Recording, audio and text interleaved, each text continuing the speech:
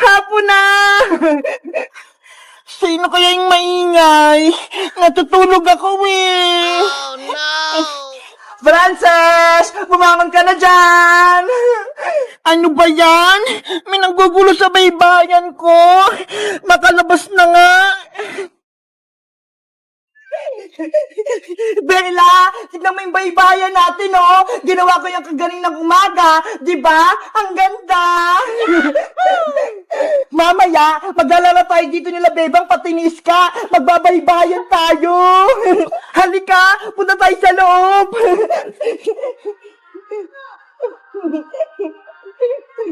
Wow! Diba? Ang lawak dito.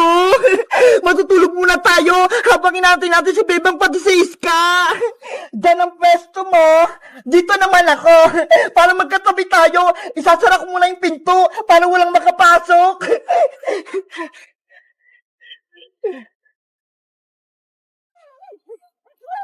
Ayan! Matulog na tayo!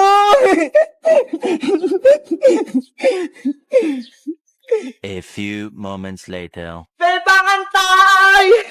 Iska, ilan yung score mo kanina sa exam ni Teacher Magda? Nakakuha ko ng 18/20, Bebang. Dalawa lang yung mali ko. Ikaw, ilan yung nakuha mo? 20/20 yung score ko. Wow! Perfect po, Bebang, yung exam. Siyempre, nag-review ako kahapon. Sabi kasi ni nanay, mag-aaral akong mabuti. Si Princess kaya, nasaan? Bakit siya nag-absent ngayon? Nako, tinamad na naman yun pumasok. Hindi tuloy siya nakapag-exam. Naguta siya kay Teacher Magda. Mababa na yung grades niya. Bebang, tignan mo yan oh. May tin sa kalsada. Ang ganda. Ayaw nga no. Kanino kaya yun? Tara, tignan natin. Antayin mo ko, Iska! Ang ganda nito, Iska! Parang baybayan! Kaya nga eh, ang ganda maglaro nito panigurado! Sino kayong nasa loob nito? Silipin natin, buksan natin yung pintuan. Sige! Ako na magbubukas! Kaya kasi sigaw ako na eh.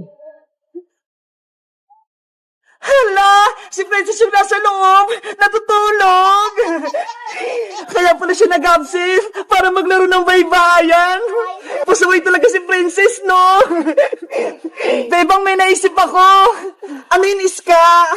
I-plug natin si Princess. Buhatin natin tong tent niya. Ilipat natin habang siya'y natutulog. Baka naman magalit siya. Hindi yan! Akong bahala sa'yo! Sige na nga! Isasara ko muna to!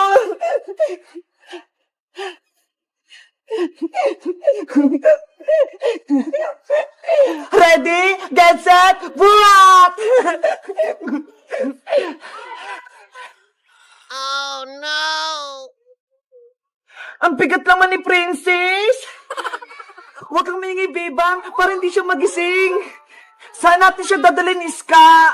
Doon, sa gilid ng kanal.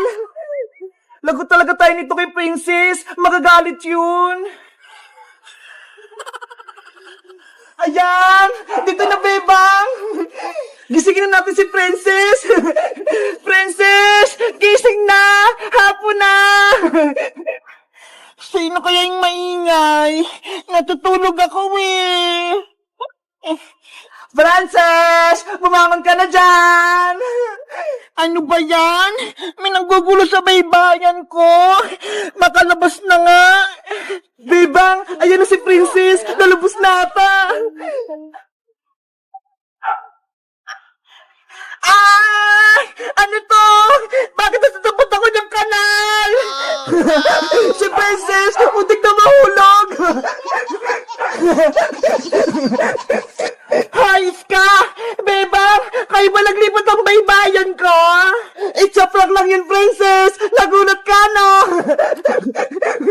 Ang sama-sama nyo. Muntik ka na ako mahulog dito sa kanal. Sorry na, Princess. Binibiro ko lang namin eh. Ayaw ko na sa inyo. Hindi ko na kayo bati. Hindi ko na kayo palalaroin sa baybayan ko. Sorry na, Princess. Gusto rin namin maglaro niya sa baybayan mo. Papasukin mo na kami dyan. Ayoko nga. Hindi ko na kayo mga kaibigan. Sabi ko sa'yo, Iska magagalit sa atin si Princess. Ayun tuloy, nagtampo na siya. Hello guys! Magandang araw! Ako si Bebang! Si Princess, may maganda siyang tinto! Ginawa niyang baybayan! Kaso, ayaw niya kaming kalaro ni Iska kasi may kasalanan kami. Ano kayang ibibigay namin kay Princess para palaruin kami sa tent niya? Mag-comment lang kayo para sa part 3! Bye-bye!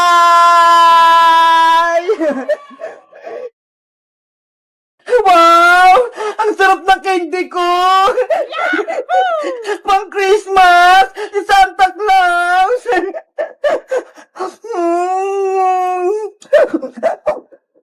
Princess, pengin naman ako ng candy mo! Ayaw ko nga, Bebang! Akin lang kaya to! Sige na, gusto ko rin yung matikman. Mag-isa na nga lang to Ihingi ka pa? Wala kasi akong lollipop Saan mo ba yung nabili? Pinabaon to sa akin ni nanay. Binili niya sa mall. Kaya wala akong katulad na lollipop. Tignan mo. Sana, meron din akong lollipop na tulad kay Princess. Ang sarap talaga ng lollipop ko. Princess, sige na. Patikin din ako niyan. Ang kulit naman ni Bebang. Sabi nga akin lang to Please, maawa ka na sa akin. Sige na nga, pero tilaan mo lang Oo, promise. Eto na, nga. Ang sarap nga. Sabi ko sa'yo maganda tong lollipop ko. Matamis at masarap. Princess, patikin pa ulit ako. Hala, Bebang, ang sabi mo, isang beses ka lang titikim. Ang sarap kasi. Sige na, please, titikman ko ulit. Si Bebang naman hingi pa ulit. Sige na nga. Wow! Tama na, Bebang. Inubos mo yung lollipop ko. Bebang! Bitaw mo na yung lollipop ko! Hindi na kita bati, Bebang! Ang sabi ko, konti lang kainin mo sa lollipop ko Sorry na, Princess. Hindi ko mapigilan Kahit anong sabihin mo, hindi na kita bibigyan ng lollipop ko. Akin na lahat to. Oh no! Sana, meron din akong lollipop na katulad kay Princess. Walang lollipop si Bebang. Princess, tiran mo ako niyan. Ayoko nga, baka ikaw pa umubos nito Santa Claus, gusto ko rin ng katulad kay Princess na lollipop. Bigyan mo ako, please. Nako, hindi darating si Santa Claus, Bebang. Hindi ka bibigyan ng lollipop. Sana, may magic. May magbigay sa akin ng lollipop. Ate Bebang, nandiyan ka po ba? Mateo, pasok ka. Nandito ako sa loob. Ate Bebang, surprise! May bibigay po ako sa'yo! Ano yan, Mateo? Mga candy po ito at lollipop para po sa'yo. Totoo? Akin yan, Mateo? Opo, may nagbigay po sa akin na ito sa labas. Sa inyo daw po. Kunin mo na po. Ang galing! Natupad yung wish ko! Ang dami ko ng candy! Pati mga lollipop! Ang dami candy at lollipop ni Bebang! Yahoo! Marami na akong pagkain! Iba-iba! Bebang, di ba pati tayo? Tikman mo na tong lollipop ka! Sa'yo na ta! Hala, kanina, ayaw mo akong bigyan, Princess. Ang sabi mo pa nga, hindi mo na ako kaibigan. Kanina pa yun, syempre. Pero ngayon, bati na tayo. Kaya sa'yo na tulad ng lollipop ka. Ayoko na yan, Princess. Ang konti-konti lang yan Tsaka, may lollipop na rin ako na katulad niyan. Eto ho. Party na tayo! Bigyan mo ko ng maraming candy! Eto sa'yo, Princess! Eto lang! Malit na lollipop! Tama na yan sa'yo! Kasi nabusog ka na sa lollipop mo kanina eh! Bebang! Bigyan mo ako ng madami! Yung isang basket! Oh, no. Guys, sa tingin nyo, bibigyan ko ba si Friends ng lollipop pati candy? Ha? Mag-comment lang kayo at mag-subscribe! Bye-bye!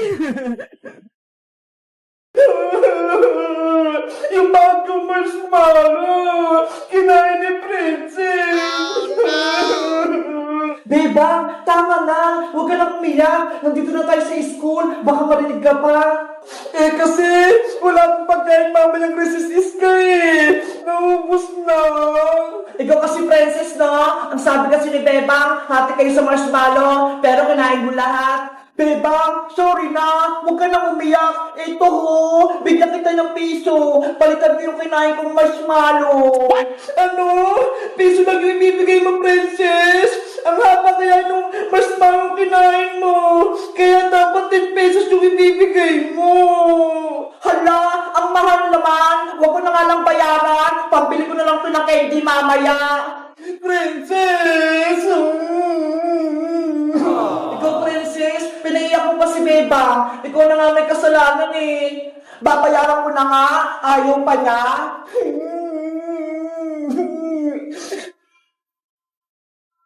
Beba, huwag ka nang umiyak. Andiyan yung parang nating teacher. Good morning, class. Good morning, teacher. Good morning, teacher. Good morning, teacher. Bakit may umiyak sa class ko? Ano nangyari sa'yo? Lagay na si Bebang, teacher, kasi wala po siyang baon.